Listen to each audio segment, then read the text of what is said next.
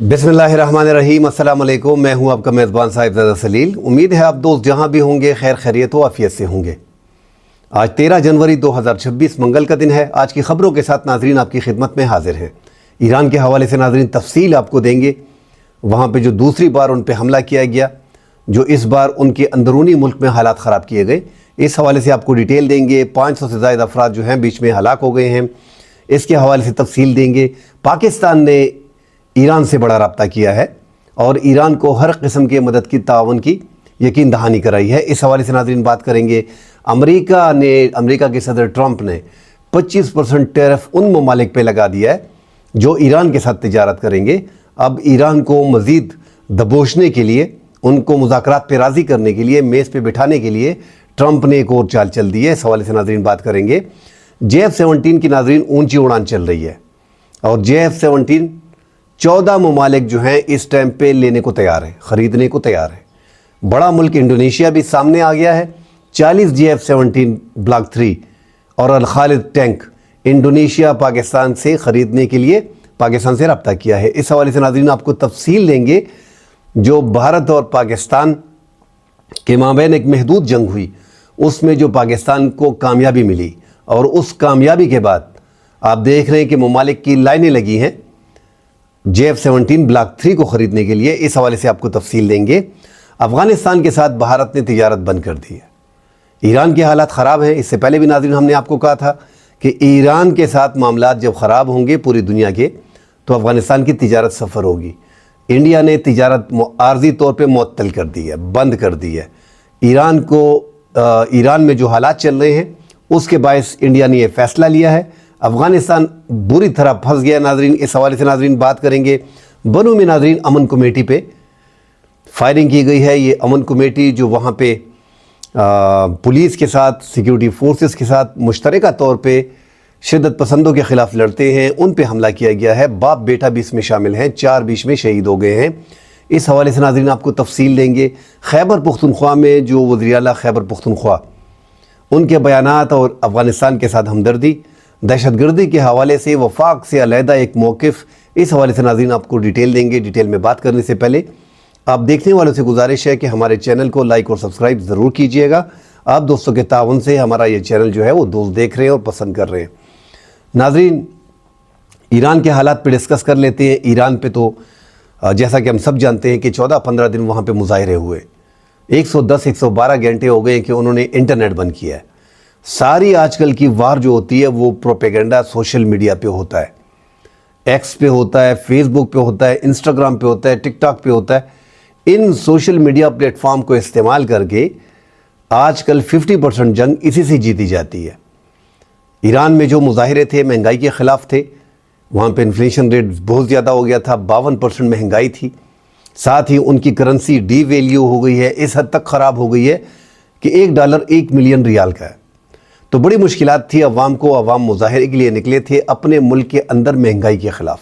उसकी आड़ में अमेरिका और इज़राइल ने, जो ईरान का मौक़िफ़ है कि उसकी आड़ में इन कुव्वतों ने जो है वो दहशतगर्द, शिद्दत पसंद, इनको हुकूमत को ख़त्म करने के लिए, ईरान की हुकूमत को ख़त्म करने के लिए बीच में डाले गए। उन्होंने सिक्योरिटी फोर्सेस पे और आम लोगों को कत्ल करना शुरू कर दिया। जो ख़बरें आ रही हैं कि 538 से ज़ायद अफराद अब तक हलाक हो चुके हैं, 114 बीच में सिक्योरिटी एहलकार है। ईरान ने उसकी बाकायदा फुटेजेस, वीडियोस जारी कर दी हैं कि जो अवाम पे अंधाधुंध फायरिंग कर रहे हैं और ये असला अमरीकी असला है, और जो मुजाहिरों के अंदर लोग हैं और सिक्योरिटी फोर्सेस हैं उन पे हमले किए जा रहे हैं। बहरहाल ईरान ने काबू पा लिया और ख़बरें आ रही हैं कि जो गिरफ़्तार किए गए हैं, जो 10,600 अफराद को गिरफ़्तार किया गया है, उसमें 600 को आइडेंटिफाई किया गया है। उन पे दहशतगर्दी के इल्ज़ामात लगाए, दहशतगर्दी में मुलविस होने के इल्ज़ामात हैं और जासूसी करने के इल्ज़ामात हैं। उनमें चंद 10 से 12 अफ़गान शहरी बताए जा रहे हैं और 8 से 10 इंडियन बताए जा रहे हैं। बाकी ईरान के अपने लोकल लोग हैं। इनको वो फौरी तौर पे फांसियाँ देंगे। एक आध को 2-4 दिन में फांसी दे दी जाएगी। उनका निज़ाम बड़ा टाइट है, वो इंतज़ार नहीं करते। इन मामलात में जब उनको सबूत मिल जाते हैं तो वो दूसरी तरफ नहीं जाते, सीधा सीधा उनको लटका दिया जाता है। तब वहाँ पे ज़्यादातर लोगों को उन्होंने छुपके से फांसियाँ भी दी हैं کیونکہ زیادہ لوگ مظاہرین میں جو اس ٹائم پہ ہیں وہ لاپتہ ہیں۔ ایک گھر پہ جو زاہدان میں مشرقی سرحد میں داخل ہوئے تھے دہشت گرد، 7 گھر تھے وہاں پہ، اس میں چھپے ہوئے تھے کچھ عناصر، ان کو گرفتار کیا گیا ہے۔ ان کے پاس امریکی اسلحہ تھا، سیٹلائٹ وغیرہ جو سٹار لنک کا ہے۔ سٹار لنک خفیہ طور پہ ایلن مسک ایران میں پہلے سے لے کے گیا ہے، اور یہ ساری تباہی اسی نے مچا دی تھی۔ 110-112 گھنٹے سے انٹرنیٹ بند ہے، تو اب وہاں پہ حالات کنٹرول کر لیے گئے ہیں، اور جو مظاہرین ہم نے دیکھے ہیں ایران کی حمایت میں نکلے ہیں، تو اب یہ تو ظاہر ہو گیا ہے کہ آدھی سے زائد آبادی حکومت کے حق میں ہے۔ مطلب اگر 9 کروڑ کی آبادی ہے، 4-5 کروڑ لوگ، ان کو کیسے ختم کیا جا سکتا ہے؟ یہ مکمل طور پہ اپنی افواج کے ساتھ اور اپنی حکومت کے ساتھ کھڑے ہیں۔ امریکہ نے ایک تو 2025 میں اسرائیل نے حملہ کیا، ان کی یہی سوچ تھی، اس ٹائم پہ حکومت کا تختہ پلٹنے لگے تھے، بڑے حملے کیے گئے تھے، مگر اس میں وہ ناکام رہے۔ جو 12 دن کی جنگ ہوئی اس میں ایران نے آخر میں مقابلہ کیا، 6-7 دن تو خوب مار کھائی، مگر 4-5 دن پھر آخر میں بیلسٹک میزائل وار کر کے اسرائیل کا بڑا نقصان کیا تھا، اور وہ جنگ پھر رک گئی۔ امریکہ کے ساتھ اب دوبارہ جو ہے اسرائیل چاہتا ہے کہ امریکہ حملہ کر دے ایران پہ، ان کا کوئی دوسرا مقصد اب باقی نہیں بچا۔ امریکہ اس ٹائم پہ چونکہ وزیر خارجہ ایران کے اراغچی نے جو ہے وہ رابطہ کیا ہے امریکہ سے، اور اب بات چیت آگے چلتی رہے گی، مگر ٹرمپ نے حملے کا خدشہ جو ہے وہ ظاہر کیا ہے، اور اب بھی حالات ایسے بن رہے ہیں کہ جو سپریم کمانڈر ہیں آیت اللہ خامنائی، انہوں نے اوپنلی کہا ہے کہ ہم اس وقت اس موقع پہ اگر ہم پہ جنگ مسلط کی تو ہم ان کو سرپرائز کریں گے، اور ہم جنگ کے لیے تیار ہیں۔ بہرحال اب مذاکرات ہوں گے، اور آگے جا کے امریکہ حملہ بھی کر سکتا ہے، ساتھ اسرائیل بھی حملہ کر سکتا ہے۔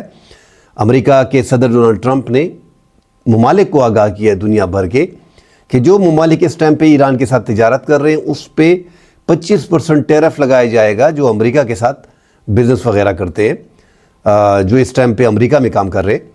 مگر یہ اگر آپ ایران کے ساتھ کام کرتے ہو تو ایران کے ساتھ زیادہ تجارت چین کر رہا ہے، روس کر رہا ہے، متحدہ عرب امارات بھی تھوڑا بہت کر رہا ہے، انڈیا کر رہا ہے، یہ ممالک جو ہے افغانستان کر رہا ہے، یہ ممالک اب مزید سفر ہوں گے۔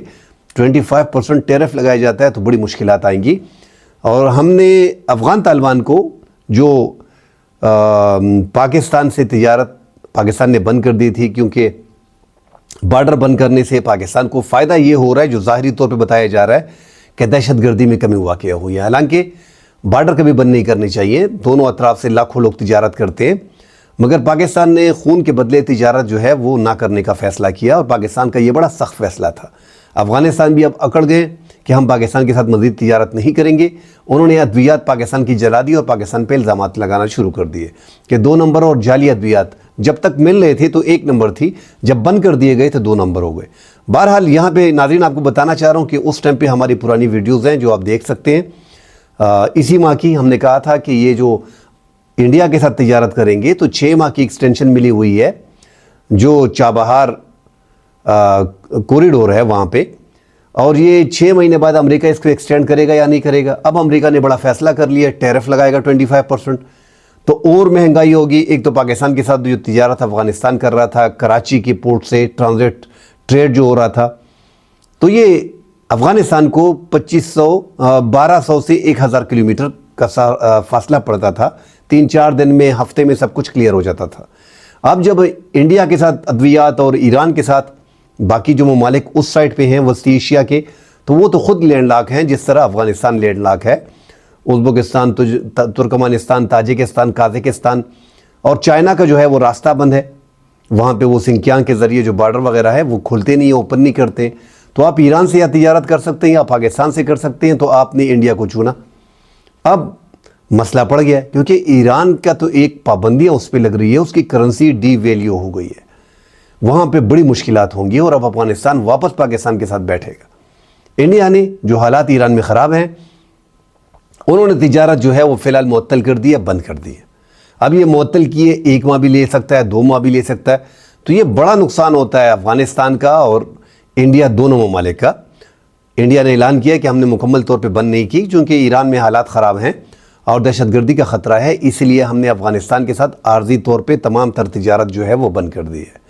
تو افغانستان کو مشکلات آ رہی ہیں، اور ہم نے کہا بھی تھا ناظرین، اور اب بھی کہہ رہے ہیں کہ یہ 6 ماہ 7 माह तिजारत करके देख लें, इन्होंने वापस आना है पाकिस्तान के साथ। 72-70% आप पाकिस्तान के साथ तिजारत कर रहे हो, कैसे मुमकिन है कि आप इसको एकदम बंद कर दें और दीगर इलाकों से आप तिजारत शुरू कर दें, और वो भी आपको कॉस्टली पड़ता है और 1800-2000 किलोमीटर पड़ता है और डबल रेट पे मिलता है। एक चीज़ आपको 1 रुपये की मिलती है और एक चीज़ आपको 3 रुपये की मिलती है। तो हर मुल्क अपने वारे को देखता है, ताजिरों का बड़ा नुकसान होगा।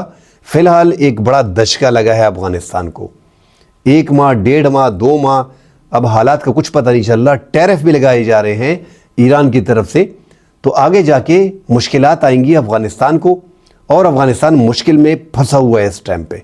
अफ़गानिस्तान के पास दूसरा कोई रास्ता नहीं है, उन्होंने आना ही है पाकिस्तान के साथ मिल बैठ के। दहशतगर्दी को बंद करना होगा, शिद्दत पसंदों को सपोर्ट करना बंद करना होगा, वहाँ पे जो दहशतगर्दों के अड्डे हैं उनको बंद करना पड़ेगा, और जो बॉर्डर पे आप सिक्योरिटी को मैनेज नहीं कर रहे, पाकिस्तान वन साइडेड कर रहा है, इसको मैनेज करना पड़ेगा, तभी पाकिस्तान आपको मज़ीद इलो करेगा, वरना मुश्किलात आपके लिए आएंगी। नाज़रीन, JF-17 ब्लॉक 3 पाकिस्तान का एक कामयाबी से बड़ा आगे जा रहा है। चीन के साथ चूँकि हमारा जॉइंट वेंचर है, इस JF-17 के लिए इंजन हमारे रशिया से आते हैं। आप आधी सरमायाकारी तो इसकी हम पुर्ज़जात वग़ैरह चाइना से और रशिया से ख़रीदने में लगा लेते हैं।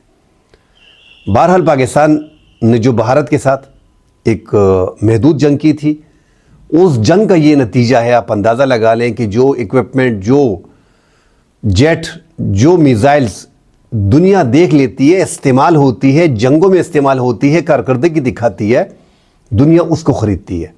1984 से तेजाज़ बनाने लगे हैं इंडिया, अपने बेड़े में भी 200-250 शामिल कर लिए। पाकिस्तान ने 94 से इसका आगाज़ किया, 2010 में इसको अपने बेड़े में शामिल किया। जॉइंट वेंचर जो है ये पाकिस्तान का चाइना के साथ था। पाकिस्तान ने इसमें बड़े आगे गए हैं। जब पाकिस्तान ने थंडर निकाला, उसके बाद ब्लॉक 1, ब्लॉक 2, ब्लॉक 3, पाकिस्तान इस हद तक चला गया कि पाकिस्तान ब्लॉक 3 तक पाकिस्तान ने बना लिए, और पाकिस्तान को अब अमेरिका की तरफ से और मगरबी ममालिक की तरफ देखना भी नहीं पड़ता। अपने ख़ुद के बनाए जहाज़, न कोई पाबंदी, अर्ज़ां रेट पे, चीप रेट पे, और पुरसजात के लिए भी कोई मसला नहीं होता। तो पाकिस्तान ने एक तरक्की कर ली है और 7 ममालिक के उस क्लब में शामिल हो गया है जो दुनिया में फ़ाइटर जेट बना रहे हैं। इसमें कोई दो राय नहीं कि यूरोप के टाइफून, फ्रांस के राफेल, ये बेहतरीन फ़ाइटर जेट हैं, मगर पाकिस्तान ने भी साबित किया कि पाकिस्तान ने राफेल जैसे बेहतरीन 4.5 जनरेशन के फ़ाइटर जेट को गिराए।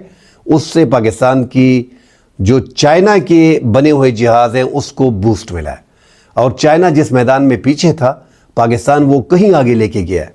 अब JF-17 ब्लॉक 3 चाइना में भी फ़रोख्त हो रहे हैं, पाकिस्तान में भी हो रहे हैं, मगर पाकिस्तान उसमें क्या कर रहा है कि पाकिस्तान पूरा आपको ट्रेनिंग भी दे रहा है, एक पूरा पैकेज पाकिस्तान आपको दे रहा है। और पाकिस्तान ने JF-17 को इस्तेमाल करके दुनिया के दूसरे सबसे बड़े S-400 डिफेंस सिस्टम को, उसकी बैटरीज को तबाह किया है।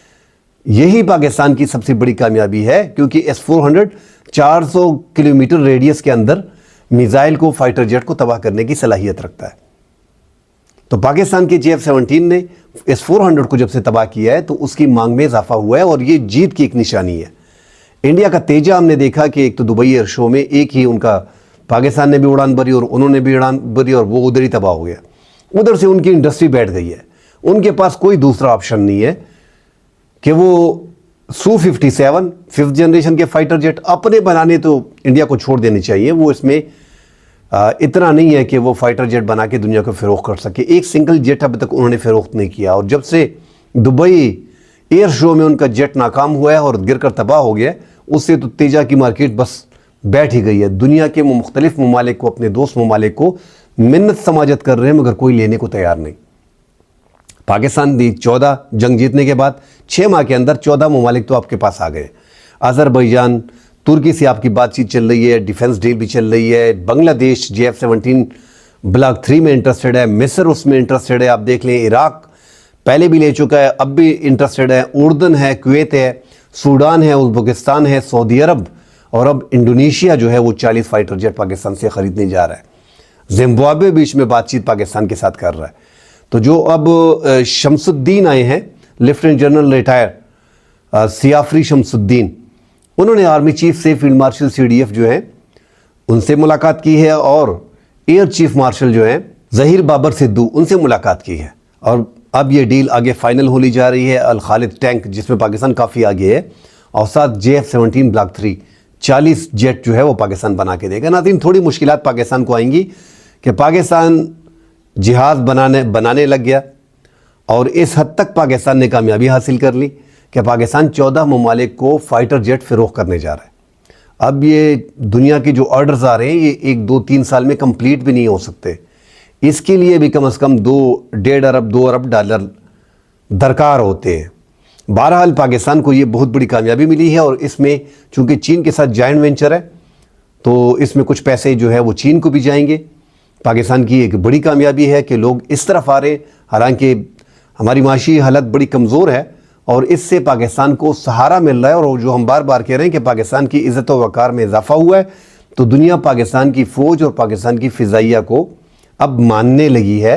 उसका एक असर है। लोग चाह रहे हैं कि इनके साथ डिफेंस डील हो, वो चाह रहे हैं कि इनके फाइटर जेट हम इस्तेमाल करें, वो चाह रहे हैं कि ये 16-14 ममालिक जो हैं ये चाह रहे हैं कि पाकिस्तान की आर्मी हमें ट्रेन करे, पाकिस्तान की फ़िज़ाइया हमें ट्रेन करे, पाकिस्तान के दिफाई आलात जो है वो इस टाइम पे बूस्ट कर रहे हैं। तो ये पाकिस्तान की बहुत बड़ी कामयाबी है। दिफाई बरामदात में आलमी छलांग पाकिस्तान ने लगाई है, जो एक बड़ी कामयाबी है। खैबर पुख्तनख्वा में नाज़रीन, बनु मजंगा चौक में 4 अमन कमेटी के जो वहाँ पे मेंबरान थे, उनको दहशतगर्दों ने टारगेट का निशाना बनाया और उनको हलाक कर दिया, जिसमें बाप बेटा भी शामिल है।